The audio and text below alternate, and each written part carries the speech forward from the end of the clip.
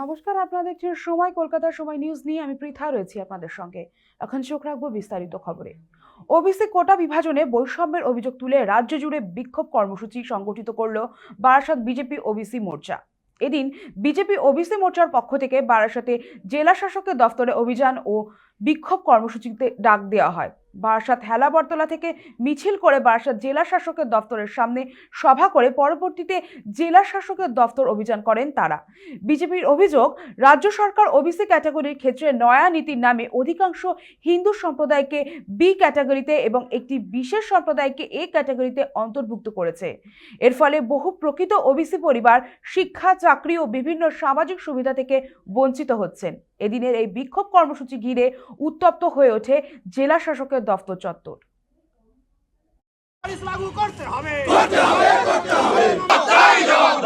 শিক্ষা থেকে পুলিশ থেকে পূর্ত সমস্ত জায়গায় হিন্দু অফিসিদের চাকরি ছিনিয়ে নেয়।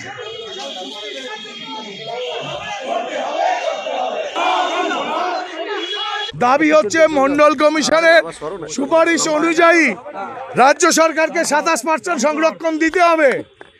দ্বিতীয় দাবি হচ্ছে সনাতনী হিন্দু ওবিসিদের সংরক্ষণ কেড়ে নিয়ে ভোটের রাজনীতি করবার জন্য অন্য সম্প্রদায়কে ধর্মের ভিত্তিতে দেওয়া চলবে না। হাইকোর্টের রায় উপেক্ষা করে কেন এ ক্যাটাগরি, বি ক্যাটাগরি, হিন্দু সনাতনী ওবিসিদের সঙ্গে এই সরকার বারে বারে প্রতারণা করছে। এটা যদি অন্য রাজ্যে হতো তাহলে রাজ্যে জায়গায় জায়গায় আগুন জ্বলতো। আজকে হিন্দু সমাজ সহনশীলতায় বিশ্বাসী, বাঙালি হিন্দুরা আমরা সহনশীলতায় বিশ্বাসী।